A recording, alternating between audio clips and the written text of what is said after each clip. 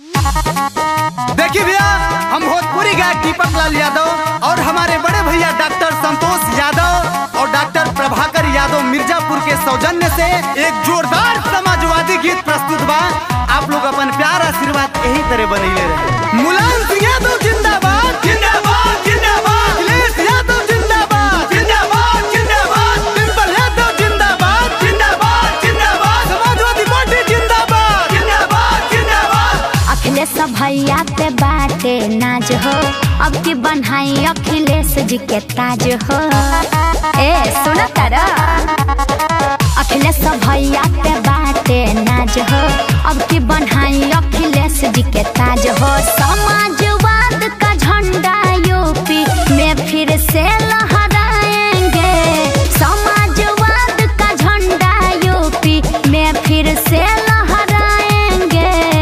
अब की चिंता मत करिए, 22 में अखिलेश जी आएंगे। सही में अब की चिंता मत करिए, 22 में अखिलेश जी आएंगे। तब तो ठीक ही रहेगा।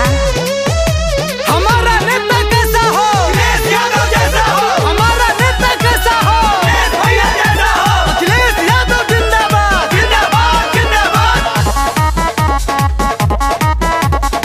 जो मुला बंदी होता देश पूरा रोता, यह सरकार के राज में केहू नया बुरोई खुश प्रदेश होई। हाँ। अखिलेश भैया के काज में आज कोई नहीं खे अखिलेश भैया नियन।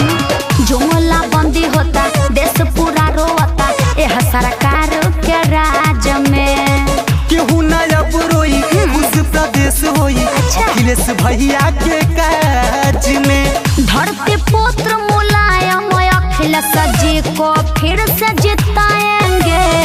धरती पुत्र मुलायम अखिलेश जी को फिर से जिताएंगे।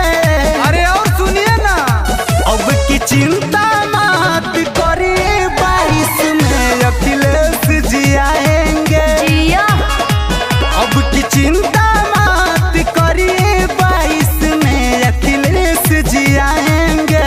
मुलायम सिंह यादव जिंदाबाद जिंदाबाद जिंदाबाद, अखिलेश यादव जिंदाबाद जिंदाबाद जिंदाबाद, डिम्पल यादव जिंदाबाद जिंदाबाद जिंदाबाद, समाजवादी पार्टी जिंदाबाद जिंदाबाद जिंदाबाद। सुनो ये चाचा चाची, सुनो ये भैया भाभी, साइकिल के बटन दबाई हो।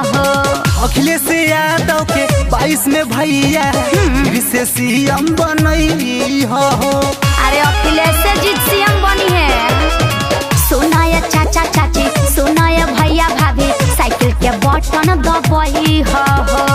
अखिलेश यादव के 22 में भैया फिर से सीएम बनई हो।